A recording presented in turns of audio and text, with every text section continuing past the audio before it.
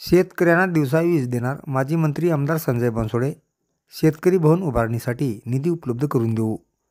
जगाचा पोशिंदा असलेल्या शेतकरी बांधवांना शेतीतील पिकांना पाणी देण्यासाठी विजेअभावी खूप अडचणींचा सामना करावा लागत असल्याने शासनाने शेतकऱ्यांच्या हितांचा निर्णय घेऊन त्या भागात मोठे सौर ऊर्जेचे प्रकल्प उभारले असून माझ्या शेतकऱ्यांना दिवसा वीज उपलब्ध व्हावी म्हणून मतदारसंघात अनेक सौर ऊर्जेचे प्रकल्प कार्यान्वित केले असून यामुळे शेतकरी बांधवांना दिवसा वीज उपलब्ध होणार असल्याची ग्वाही माजी मंत्री तथा आमदार संजय बनसोडे यांनी दिली.